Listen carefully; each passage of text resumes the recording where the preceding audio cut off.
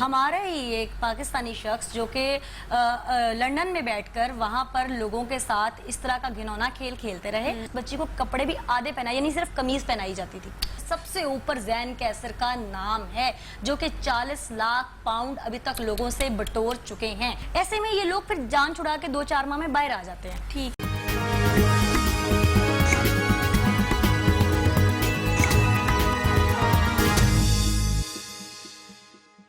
ٹھیک ہے، یہ سائبر کرائم کے پاس آ چکا ہے. انویسٹیگیشن چل رہی. گجر خان سے ان کا تعلق ابھی تک بتایا جاتا ہے اور گلستان کالونی راولپنڈی میں انہوں نے اپنی کوٹھی لے رکھی تھی جہاں پر انہوں نے اپنا خفیہ اسٹوڈیو بنا رکھا تھا اور وہاں پر یہ لوگوں کے ساتھ زیادتی کرتے تھے. اور وہیں ان کی چھوٹی سی لیب بنی ہوئی تھی جہاں پر یہ اس کو ایڈٹ وغیرہ کر کے. اب اس میں اور مزید کتنے لوگ ملوث ہیں، کیونکہ آبویسلی 2 لوگوں کا کام نہیں ہے ایڈیٹنگ ہونا، لائٹس مینج کرنا، کیونکہ یہ لوگ پراپر اسٹوڈیوز بناتے ہیں.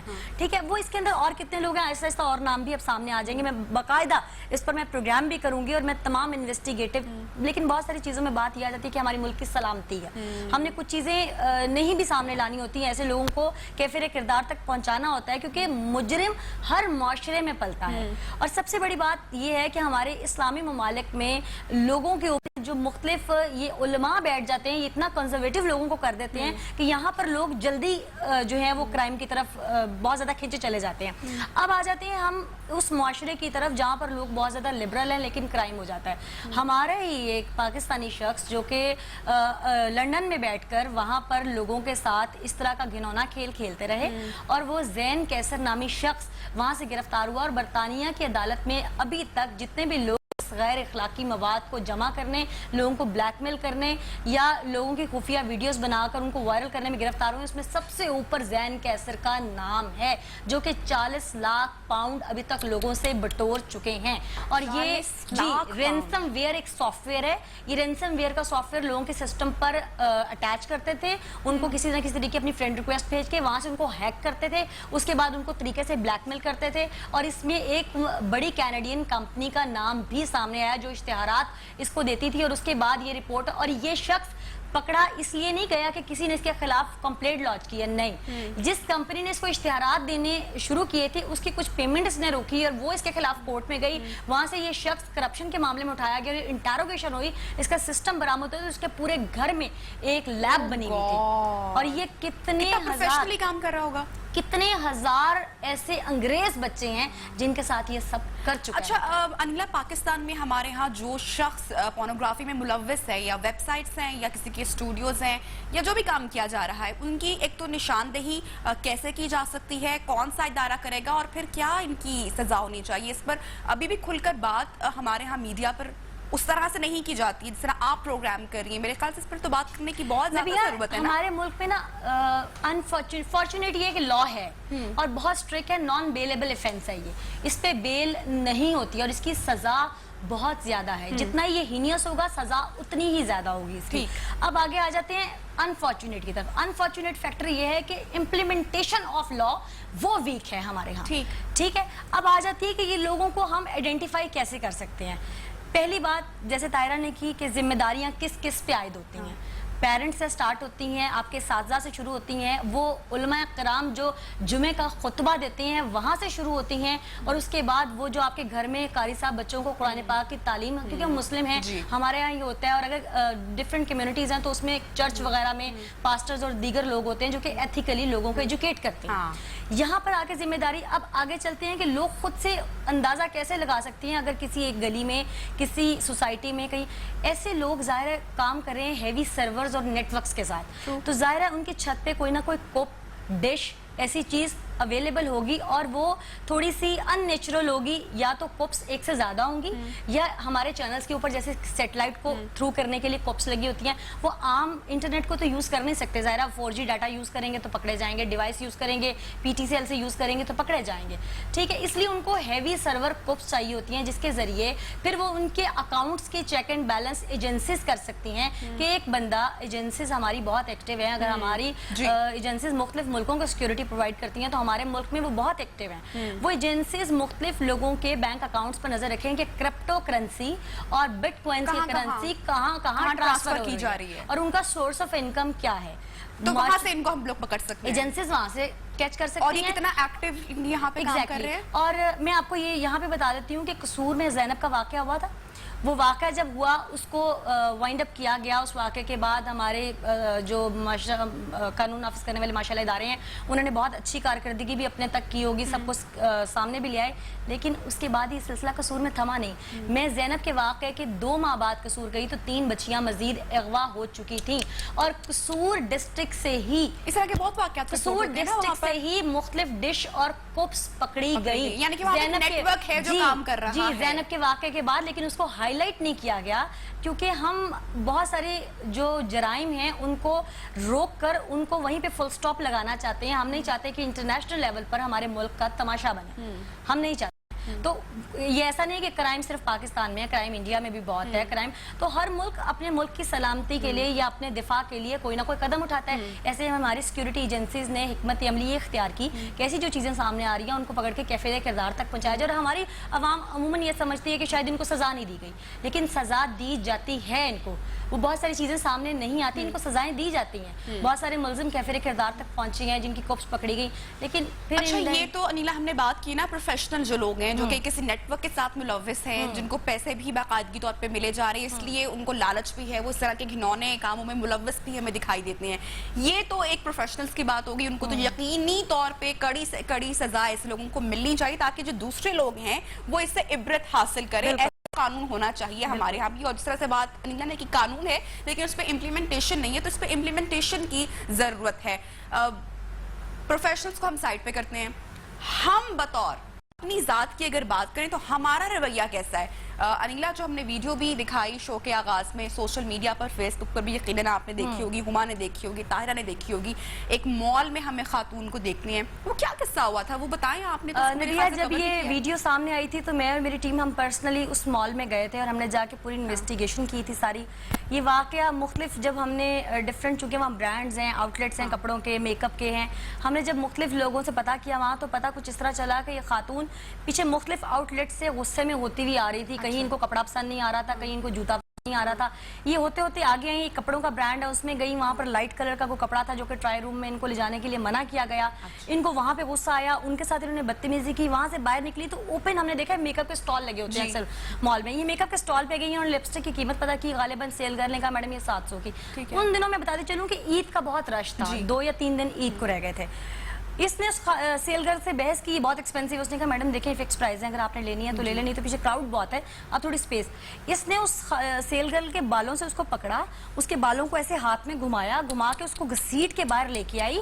इसने पहले उसको थप्पड़ भी मारे। अब सिक्योरिटी चूंकि मॉल में दूर दूर खड़ी होती है और जो करीब थे वो मेल सिक्योरिटी गार्ड थे, वो इस खातून को पकड़ नहीं पाए कि कहीं ये हम पे अटैक ना कर दे या कोई और पर्चा ना करवा दे कि मेल सिक्योरिटी गार्ड ने मेरे साथ क्या किया है। इसने उस बच्ची के बालों को इतने जोर से दबोचा कि उसके बाल यहाँ से उतर गए, उसकी जड़ों से बाल निकल आए। जितने में फीमेल सिक्योरिटी गार्ड भाग के आई, उसने इसको पकड़ने की कोशिश की। इस खातून की बेटियां भी साथ थी, लेकिन आसपास के लोगों ने कुछ हेल्प आउट किया। आसपास के लोगों में से एक लड़का आगे हुआ और वो वीडियो में आप देख भी सकते हैं कि उसने उसको भी धक्के से पीछे किया। जब फीमेल सिक्योरिटी गार्ड भाग के आती है तो ये खातून सिक्योरिटी गार्ड के गले भी पड़ती है और ये उसके भी कपड़े फाड़ती है, कफ वगैरह फाड़ती है, ठीक है। और वहां से फिर वो ये उनके काबू नहीं आते और करीबी थाना जो कि फैक्ट्री एरिया लगता है वहाँ कॉल की जाती है, पुलिस को बुलाया जाता है। और अमूमन थानों में भी हमने देखा है at the spot lady constable available नहीं होती, बड़े बड़े थानों या जेल में होती है, आम थानों में इस तरह से नहीं होती। कोई फीमेल मुलजिमा आ जाए तो लेडी कांस्टेबल कॉल करके बुलवानी पड़ती है। अब उनके पास भी लेडी कांस्टेबल नहीं थी, वो भी जब तक आए तब तक उन्होंने इसको तरीके से डांट डपट के मामले को ठंडा किया। ऐसे में खातून के हस्बैंड भी आकर उसको गिरफ्तार करके FIR दर्ज की गई। अब यहाँ पर आ जाता है अना का मामला कि इस खातून ने अना में उस बच्ची के बाल जड़ों से उतार अच्छा, इस खातून का फर्स्ट स्टेटमेंट आया, उसने क्या बोला? कोई शर्मिंदा दिखाई दी, अपनी गलती को उसने कबूल किया? वो नहीं थी, क्योंकि उसके बाद जब वो नीचे ऑफिस में भी गई है और जो र्यूमर सुनने में आई है कि वो ऑफिस में जाके पुलिस वालों के सामने बदतमीजी करती रही है, इसका मतलब है कि वो शर्मिंदा। अच्छा, मैं नबिया यहाँ पे बता दूं कि ऐसी खातून जो होती हैं इनके हाथ कैसे खुलते हैं।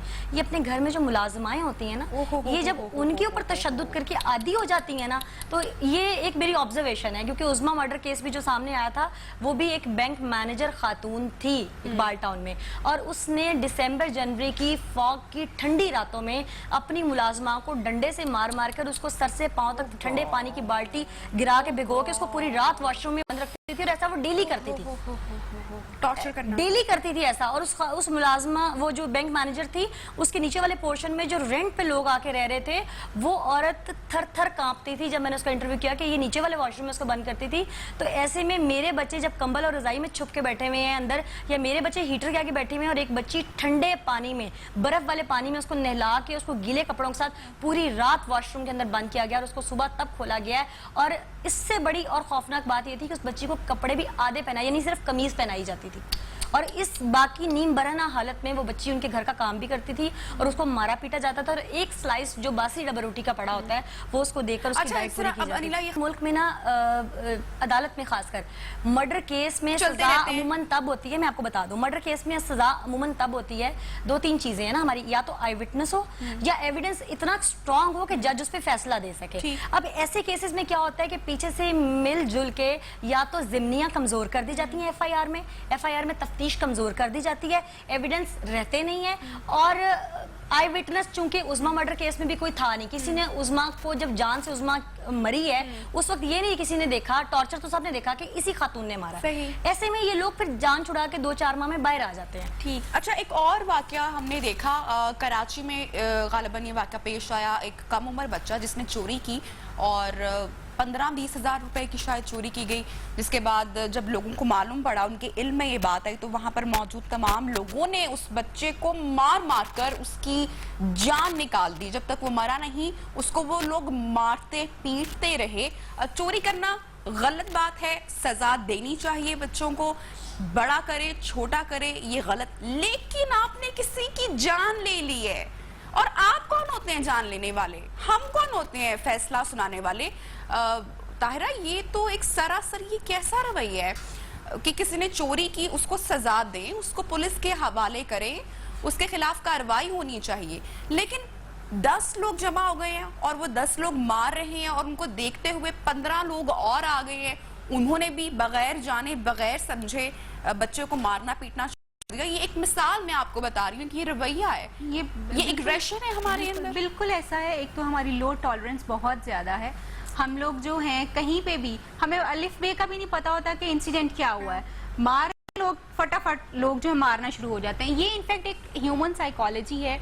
अगर पॉजिटिव चीजें होंगी तो पॉजिटिव बढ़ता जाएगा। इवन आप अगर कभी सोशल मीडिया के ऊपर कमेंट्स को भी फॉलो करो ना, तो एक अगर नेगेटिव कमेंट आया ना तो एक लाइन नेगेटिव की लग जाएगी, अगर पॉजिटिव कमेंट है तो पॉजिटिव की एक जो है वो लाइन लग जाएगी। सो ये अट्रैक्ट करता है। एक्चुअली जो चीज जो है वो हो रही होती है हमारे यहाँ पे, बिल्कुल हमारे यहाँ पे लोग ये चीज नहीं देखते कि कोई भी गलत है या सही है, वो मार चल रही है, आपने भी अपना एग्रेशन उसके ऊपर निकालना है। जैसे वो फीमेल की अभी इन्होंने बात की है, पता नहीं कितनी दुकानों पे वो बदतमीजी करके आई है, यानी वो उनका बिहेवियर एक जगह नहीं था। इसी तरह से जितने भी लोग उस बच्चे को मारने के ऊपर भी थे, यकीनन उनमें से किसी को भी शायद एक बंदे को पता होगा कि एक्चुअली मैटर क्या है, मगर हर कोई अपना एग्रेशन निकालने के लिए जी चोरी की है मार दो।